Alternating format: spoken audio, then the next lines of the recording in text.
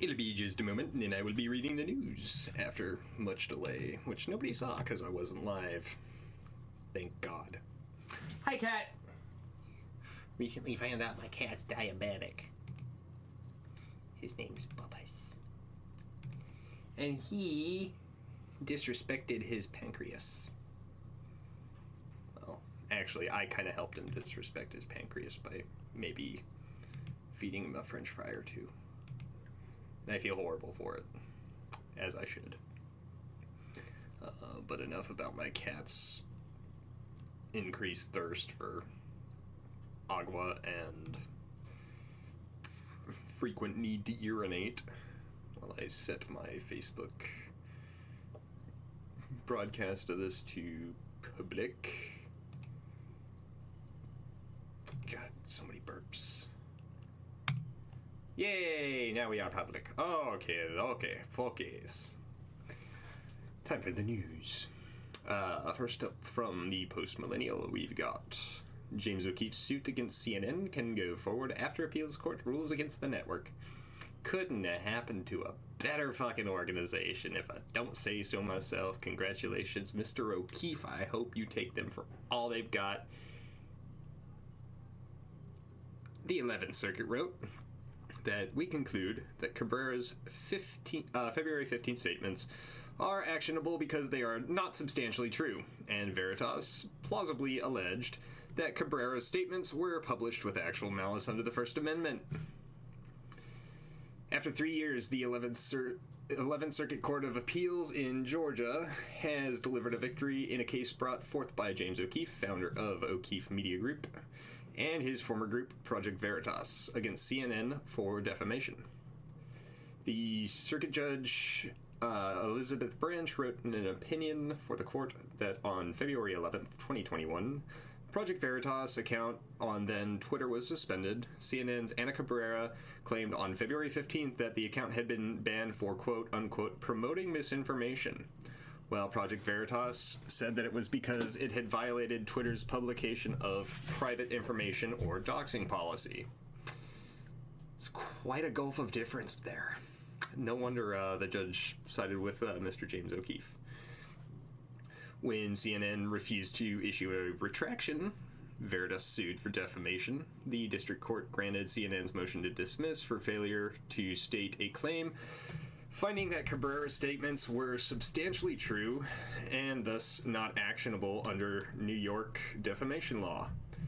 Veritas appealed.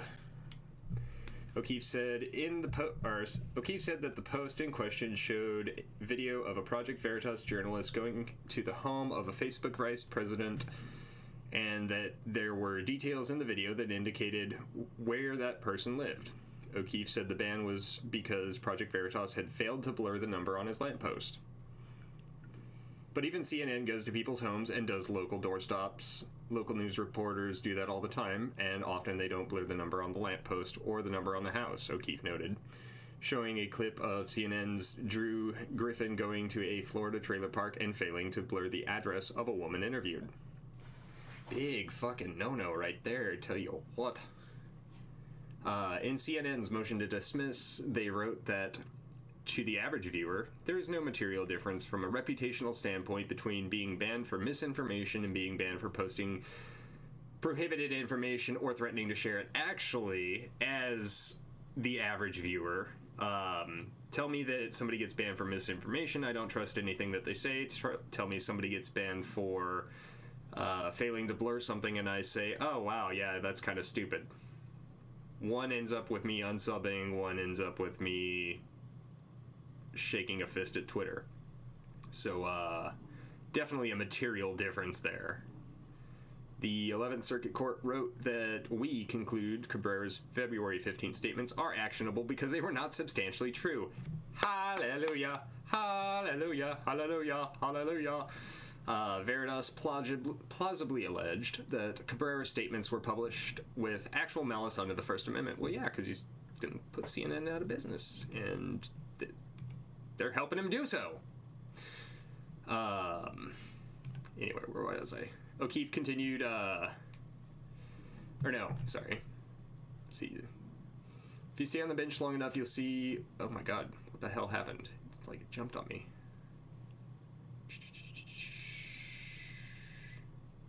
Okay, yeah. We conclude... Did that part. Okay. Sorry, I'm fucking retarded. The court later stated, we conclude the district misapplied New York law and improperly weighed reputational harm when it should have compared the facts to and meaning of the defamatory statements with the purported truth. I.e., he failed to blur a address and got banned on a technicality, not because he's a slanderous, libelous piece of shit like CNN is. In a concurring opinion, Circuit Judge Ed Carnes wrote, if you stay on the bench long enough, you'll see a lot of things. Still, I never thought I'd see a major news organization downplaying the importance of telling truth in broadcasts. Oh, CNN, how does it feel to be known as liars? Liars! Couldn't have happened, like I said, couldn't have happened to a better organization. I fucking hope you rot in hell, CNN. But that is what CNN has done in this case. Though its lawyers, or through its lawyers, CNN has urged this court to adopt the position that under the law, it is no worse for a news organization to spread or promote misinformation than it is to truthfully disclose a person's address in a broadcast. God, let that fight. Oh, man. You smell that? Oh, that's the smell of CNN's rotting corpse. It is tasty.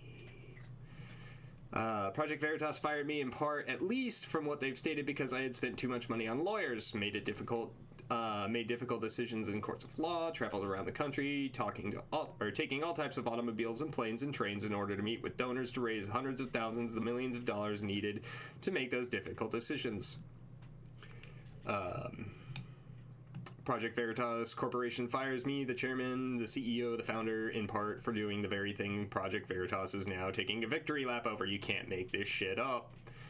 O'Keefe added that Project Veritas is still suing him, suggesting that it was wrong for him to do those things that they are now taking a victory lap over him doing. And we intend to go to jury verdict in that lawsuit. He added that depositions are ongoing in that case. District Court's decision has been reversed and CNN defamation case was remanded for further proceedings. Oh, man. To CNN, I hope you're rotten piss. Next story. Louisville residents ordered to shelter in place after a building explosion. Tell you people, the buildings are coming after us. They're exploding. Shelter in place after building explodes. If they were having a rash of building explosions, I would think they would not want people to shelter in place because they'd be sheltering in place inside of buildings. But that's just me. Louisville residents on Tuesday afternoon were told to shelter in place after a building exploded, reporting containing hazardous materials. The explosion occurred in the Clifton neighborhood of Louisville, according to CNN affiliate WLKY. At least 11 people have been taken to the hospital. The explosion reportedly occurred at a Gavidian Sense color store, which makes natural food colorings. Ew. I wonder what color the explosion was. Must have been a pretty fire. There has been hazardous materials incident at 1901 Payne Street. The only way that could have been better is if it was spelled P-A-I-N. Shelter-in-place order has been issued for those in a 1-mile radius. If it's natural food colorings, that would imply that it's to be eaten. If it's implied to be eaten, surely it couldn't be that hazardous, right? As of press time, the shelter-in-place order has been lifted, but an evacuation order is in effect for the 2 blocks around the building. The Bureau of Anti-Fun, also known as the Bureau of Alcohol, Tobacco, Firearms, and Explosives, is responding to the critical incidents. Authorities are also concerned about an ammonia leak. More will come when I am not broadcasting. So, but yeah, I thought that one was interesting. The world's richest African-American immigrant says PAC will keep grinding through the midterms. Tech billionaire Elon Musk said early Tuesday that his Political Action Committee, PAC, America PAC, will continue working to support Republicans through the midterm elections and will be involved in primary contests. Normally, PACs go somewhat dormant after a big election, Musk wrote in a post on the social media platform X, which he owns. At America PAC is going to do the opposite and keep grinding, increasing Republican registrations in key districts around the country in preparation for special elections and the midterms. Fuck yeah. Fuck yeah. Fuck yeah. Red wave. And of course, play a significant role in primaries, he added. Musk's super PAC spent approximately $200 million to help elect President-elect Trump in the 2024 campaign cycle, according to the AP, citing a person familiar with the group's spending.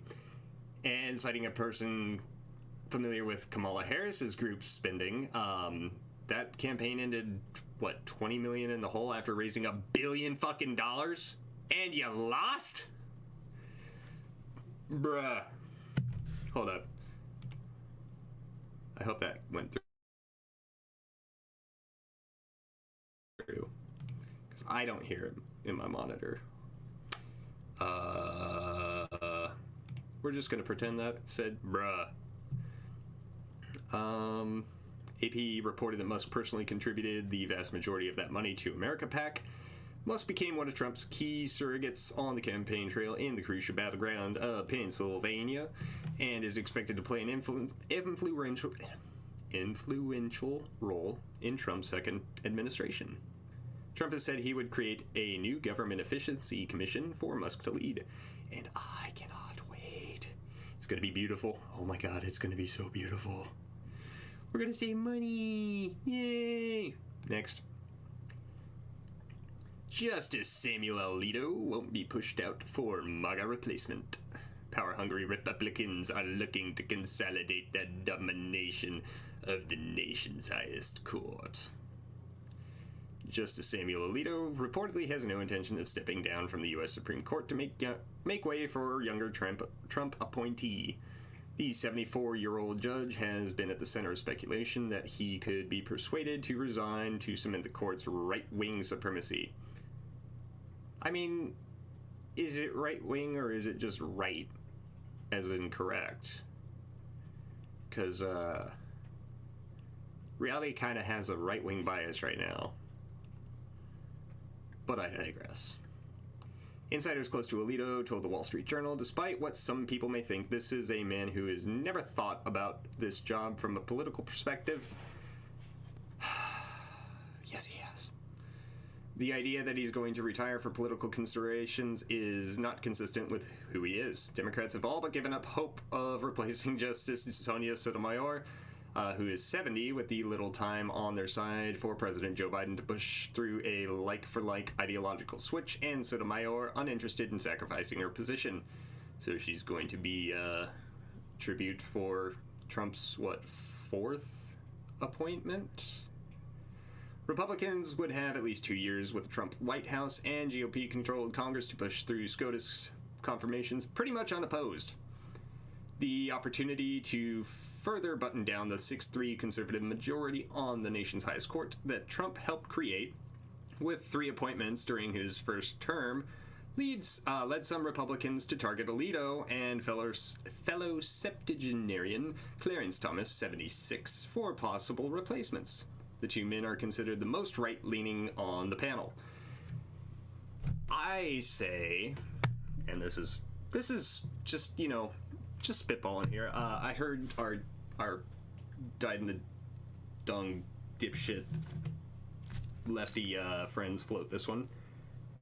I think that 9 is a small number, and that you've got 13 different districts, right? It would make sense to have one Supreme Court justice per district. And so, wouldn't it be reasonable for Trump to add 4 additional justices to the Supreme Court, 1 to oversee each of those districts? That way, there's 13 total. It's still an odd number. You can still have a majority regardless of how votes go. There will be no ties.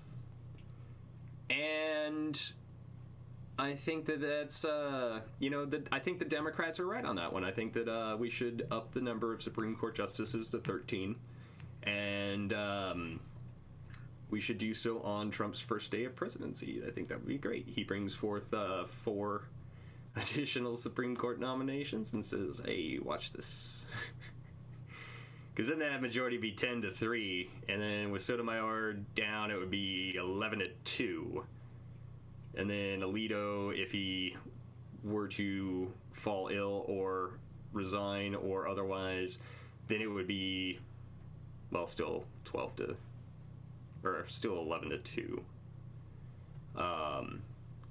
Because I don't think you're going to get Kagan or Ketanji Jackson. I don't know what a woman is brown. I don't think either of them are going to be going anywhere, but Sotomayor ain't looking good. Much like my cat, she's also diabetic. The opportunity, blah, blah, blah, I already said that part.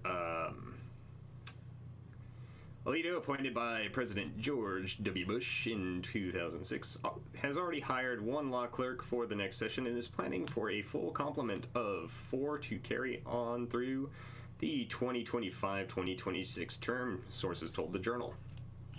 Both parties are determined not to allow a repeat of 2020 when Justice Ruth Bader Dumbfuck Ginsburg died during Trump's first term after resisting calls to resign when Barack Obama could have elected a liberal nominee.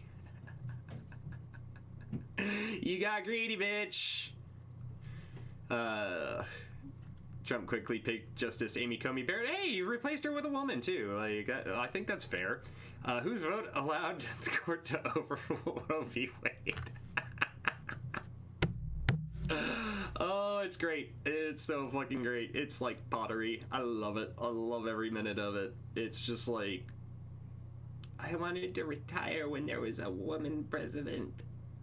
Oh, how did that future president's future turn out? Donald Trump. He's undefeated when it comes to fighting women. I'm amazed they aren't going with that one. Donald Trump beats 2 women. Oh my god. Justices are lifetime appointments and there are no age limits for the job. Thank you for reminding us. And finally, because this is going to be a quick one, I think. U.S. Senate Democrats rush to confirm judges before Trump takes office. Fuck! It's like when you have an essay due back in school day. God, I've been out of school longer than I have been in. No, not yet. Yeah, I've been out of school longer than I was in school. I've been out of school for 17 years. I was in school from 6 years old to 21. So 15 versus 17. No, that's not right. I'm going from 18. What am I talking about? 15 to 14. Okay. Next year, I will be tied for being out of school as long as I was in school. Fuck. I'm getting old. I don't like this. But yeah, like when you have an essay due and you put it off until the night before it's due and then, oh shit. Senate has confirmed 214 Biden judicial nominees. 31 Biden nominees are still in the pipeline. Trump made 234 judicial appointments in his first term. God. 2 terms, 2 scoops, 2 genders. Deal with it. Oh, yeah.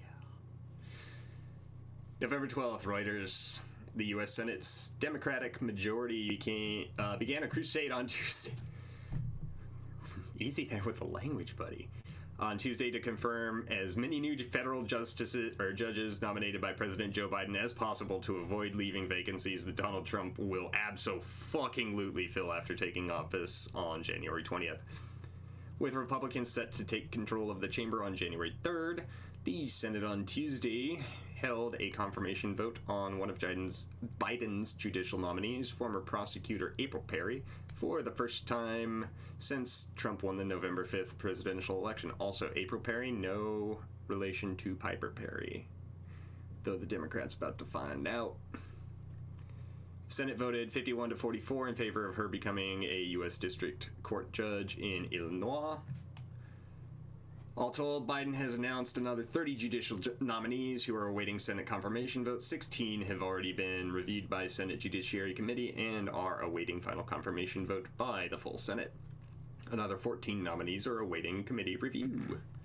U.S. Constitution assigns to the Senate the power to confirm a president's nominees for life tenured seats on the federal judiciary. We are going to get as many done as we can, Democratic Senate Majority Leader Chuck the Cuck Schumer said in a statement. Trump made 234 appointments during his first 4 years in office, the second most of any president in a single term, and succeeded in moving judiciary rightward, including building a 6-3 conservative majority on the U.S. Supreme Court with 3 appointees. Biden is I wouldn't really consider it a 6-3, it's more of like a 5-4, because Roberts is a bit of a bitch. Biden is appointed... They can't talk. I'm fucking retarded. Biden has appointed a host of liberal judges since the beginning of his presidency in 2021. The Senate has confirmed 214 Biden judicial nominees, including liberal Supreme Court Justice Ketanji Brown, I don't know what a woman is, even though I am a woman, Jackson. About 2/3 were women, still don't know what those are, and the same were share were racial minorities. That's a lot of weird consonant sounds in a row there. I don't like that sentence. Maybe I'm racist. Oh my god. Fuck, I am. I'm white. Senate Democrats are under pressure to swiftly confirm the remaining nominees, along with any new picks Biden may name in the waning weeks of his presidency and of his sanity.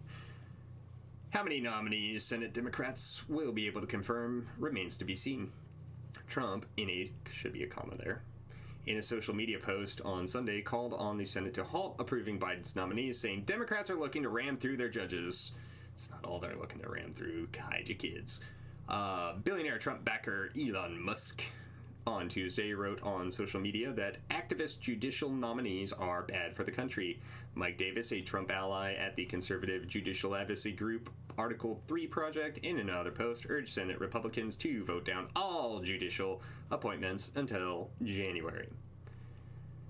The American people voted for monumental change, Davis wrote on social media last week. Grind the Senate to a halt. Based. Current Senate Republican leader Mitch the Bitch Turtleman McConnell office declined comment. McConnell has consistently opposed Biden's nominees and as majority leader was instrumental in getting Trump's previous nominees confirmed, as well as being a never-Trumper douchebag cunt. Trump's judicial appointees have been involved in major decisions welcomed by conservatives, including Supreme Court rulings rolling back abortion rights, they didn't, widening gun rights, not really, rejecting race-conscious collegiate admissions, more like rejecting racist collegiate admissions, and limiting power of federal regulatory agencies. Yes. That one was a good one. Chevron deference. Judicial nominees require simple majority for confirmation. Democrats currently hold a slim 51 to 49 majority, meaning that they can ill afford any defectors or absences if Republicans show up in force to oppose Biden's nominees during the chamber's post-election lame duck session. See, and that right there illustrates to me why just straight up democracy is bullshit. 51 voting to enslave 49. Or as I like to more controversially put it, gang rape is democratic. It's 5 dudes voting yay and 1 woman voting oh god please no. Like, or I guess unlucky dude. I ain't judging.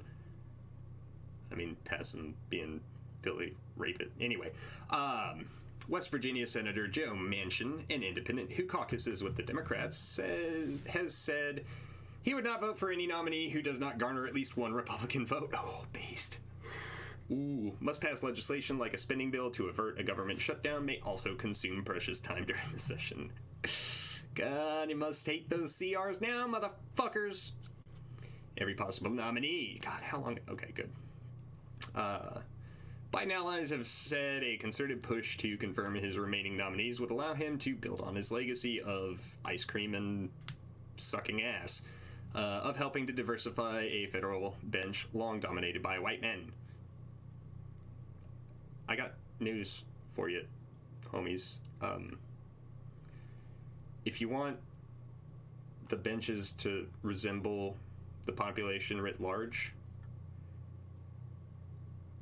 even adjusting for the fact that, like, lawyering is more of like a Jewish and white person gig, and so you're already going to have shifted demographics there, just right off the bat. If you even just let's just take the U.S. in general, the majority of the bench should still be white men, followed by white women, and then, I don't know, Mexicans or blacks? One of the two. I know one of those two, 13 stripes, 50 stars, 13% of the population responsible for 50% of the... anyway, where was I? He's not done nominating judges. On Friday, Biden announced his first post-election nominee, Tali Farhadian Weinstein. That's a plot twist I didn't see coming. Who, after unsuccessfully running in the 2021 Democratic primary to be Manhattan District Attorney, was picked for a job as a federal district judge in New York. Spokesperson for Senator Dick Durbin, the number 2 Senate Democrat, and he's number 2, and chair of the Judiciary Committee, said in a statement that he aims to confirm every possible nominee before the end of this Congress. Clock's ticking, motherfucker. White House spokesperson Andrew Bates on Monday noted that Trump's first term, the Republican-controlled Senate, confirmed 18 judges after Biden had won the 2020 election, but before he took office. Pending nominees include 5 to the influential federal appeals courts. Republicans said before the election that they had the votes to block 2 of them, Adil Menji, who would become the first Muslim federal appellate judge, and North Carolina Solicitor... North Kakalaki Solicitor General Ryan Park, who unsuccessfully defended the race-conscious admissions policies before the Supreme Court.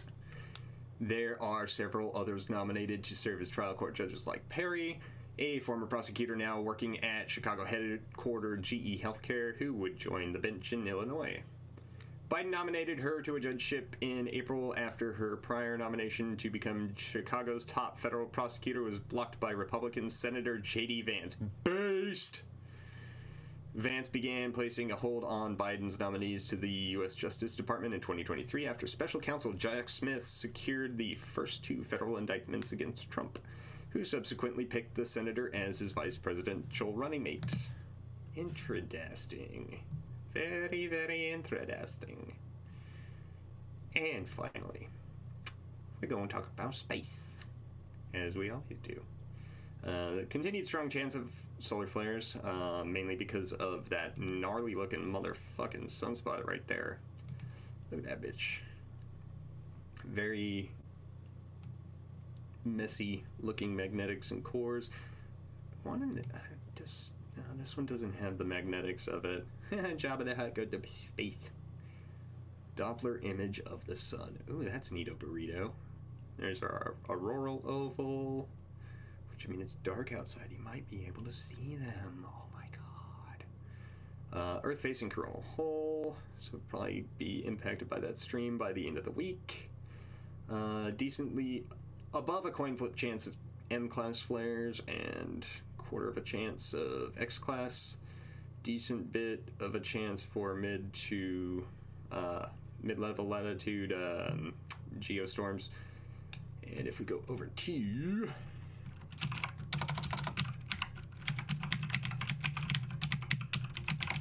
think I'm going to swap the link out in my description for this one because I like this one better. So here we have the ghost flux. Let's see, there was our our M9 whatever flare from a couple days ago. Uranus. If we watch the sun popping off, let's get that full screen. Oh, look at that. It's beautiful. It's one of those things that just makes you like happy to be alive to witness it at this particular juncture in time. It is so interesting that we can get such clear pictures of such a bright thing. You can't even look directly at it. It'll blind you. Make you go blind. Look at that popping though. Oh yeah. And then a little bit of a geomagnetic storm there. Was that yesterday? There's a coronal hole stream whipping around. That was that M-class flare. That motherfucker. Do we have the... Damn. Tired. Does not look like we have pictures of the magnetics of the sunspots, which is sad. Damn. Green is good, yellow is approaching charging levels, red is satellite charging hazard. If you see lots of red in KP of 9 following a large solar flare or solar eruption, and then your internet and power goes down, there's a chance it's taking it away. Just so you know. Jesus. Surface charging. Oh, that's cool. I haven't seen that one before. But yeah, that's that's all, folks. As always, it's been fun. It's been real. Been something resembling real fun.